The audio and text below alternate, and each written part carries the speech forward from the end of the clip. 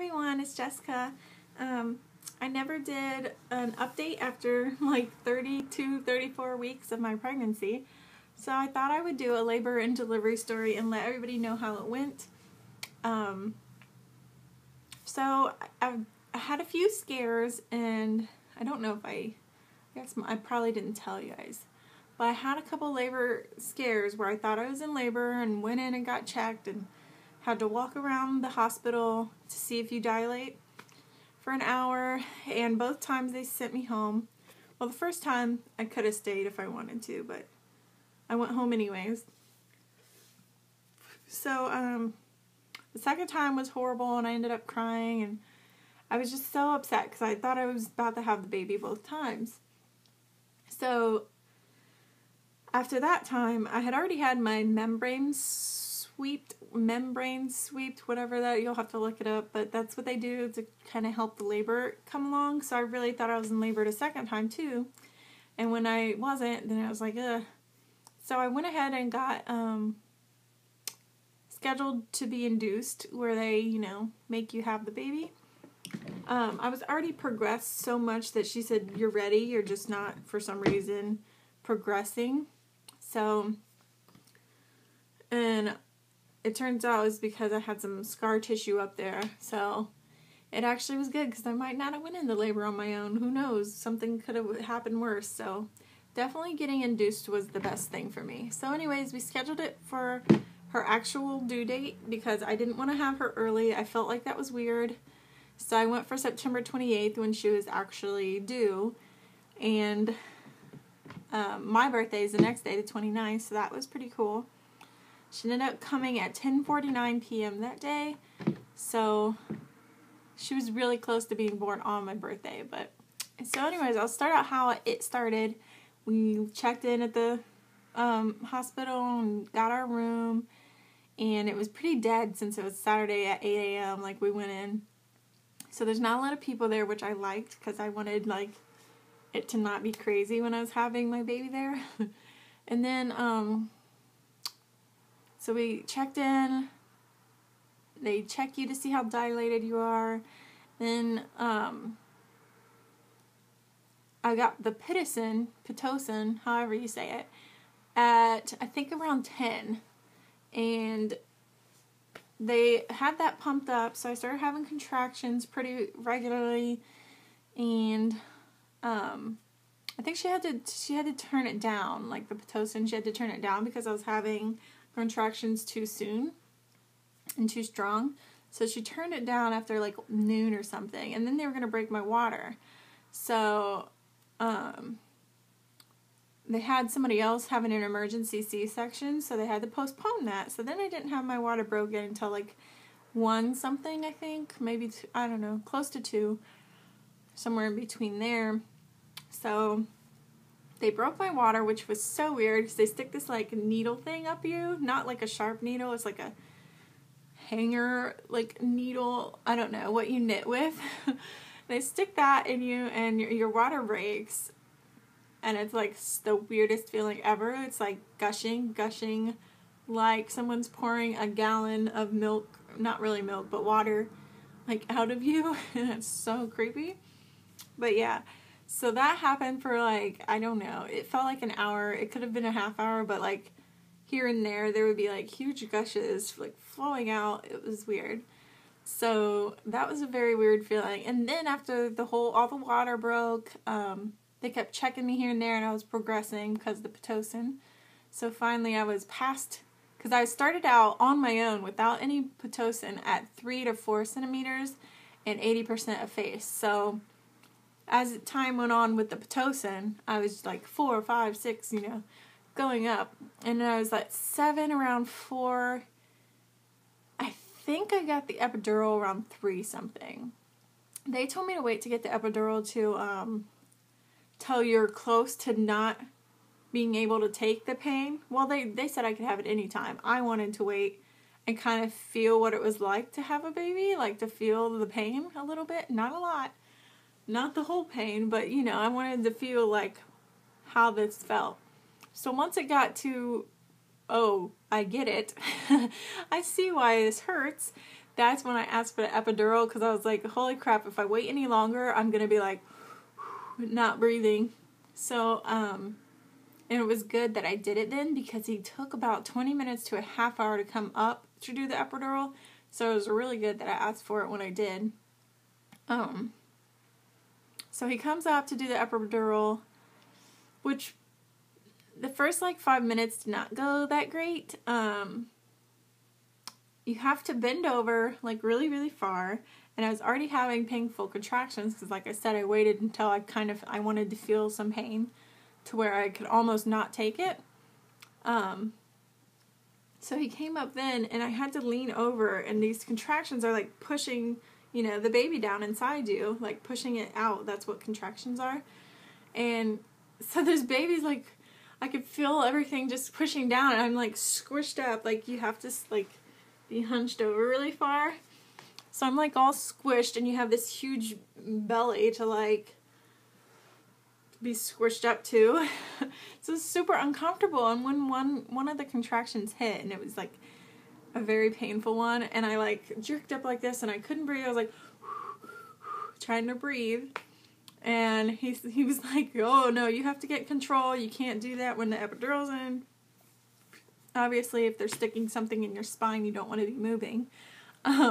And I was really scared. I was like, holy crap, am I even going to be able to get the epidural, because this is so hard to sit still while he does it.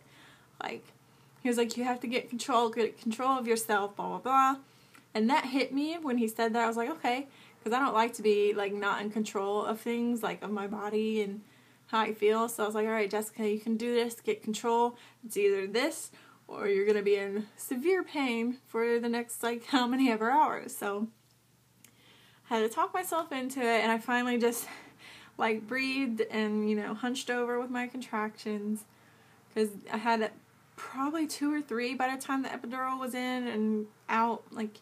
Puts the thing in your spine and takes whatever out. But after that, within 2 to 3 minutes, I didn't feel anything.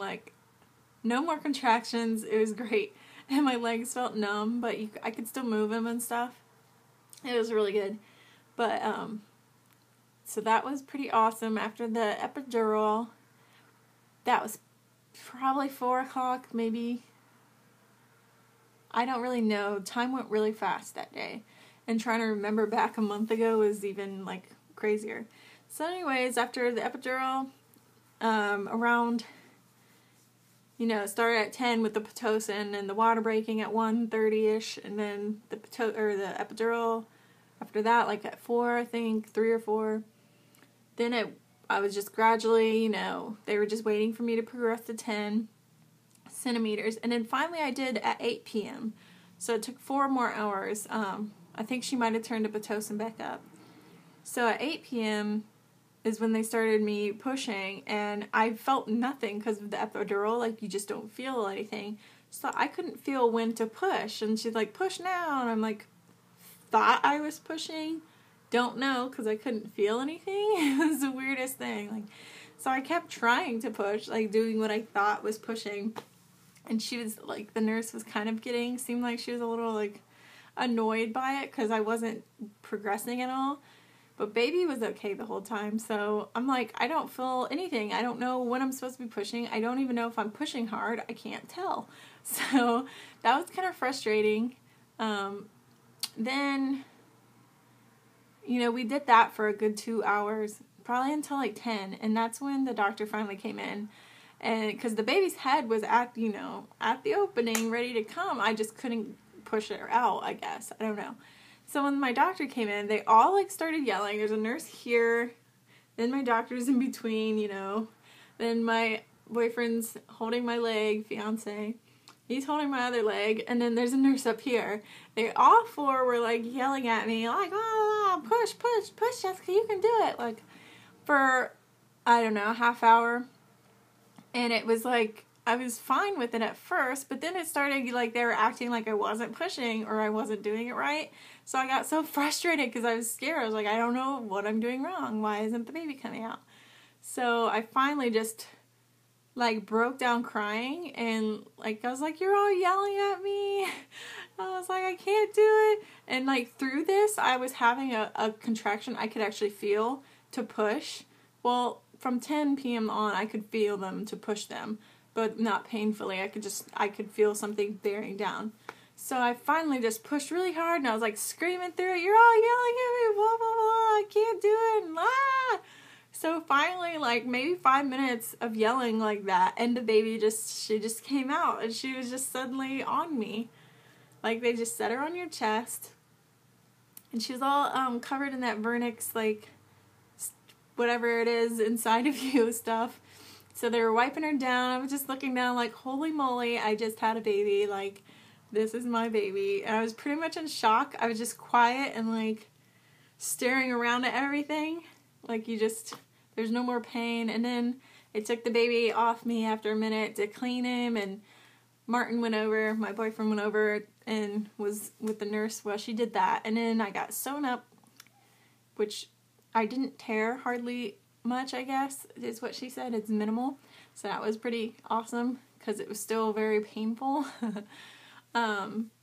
So I got those, I got all cleaned up, and I could see it, and because they have a mirror above you, so I could see everything that was happening, like the baby's head coming, and when I was getting stitches and stuff like that. So that was different.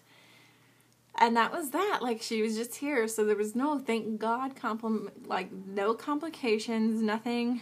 I really wasn't in that much pain. It was really the recovery, which I'm going to do a separate video on because I'm already at 11 minutes. But the recovery has been the worst because I'm still recovering now, and it's been 5 weeks. So that's definitely the worst part. But the labor itself went very smoothly, and I'm very thankful for the nurses that I had and the doctor that I had, because it's my first birth, and thank goodness it went, like, compared to what I've heard of other people's, like, I'm in this birth club, so we all tell each other our stories. There's like hundreds of it, like 600 of us. So I heard so many stories, and like hardly any of them went well. And I was like, okay, well, I must have got very lucky because mine went very smoothly. Thank God for that, because I was always scared to have a baby, but I could definitely do it again. I don't know if that I want to. My boyfriend says he wants a boy, so we will see. It will be years from now, at least two years in between, if I do have another one. But I'm good with one, so it'd really just be, for him and to complete our little family. But I'm very grateful that my birth went very smoothly. And that was that. I have a little baby now. So I will do a video with her probably after this one because I'm already hitting 13 minutes. So that was my labor and delivery story. Everything went very smoothly. Very grateful.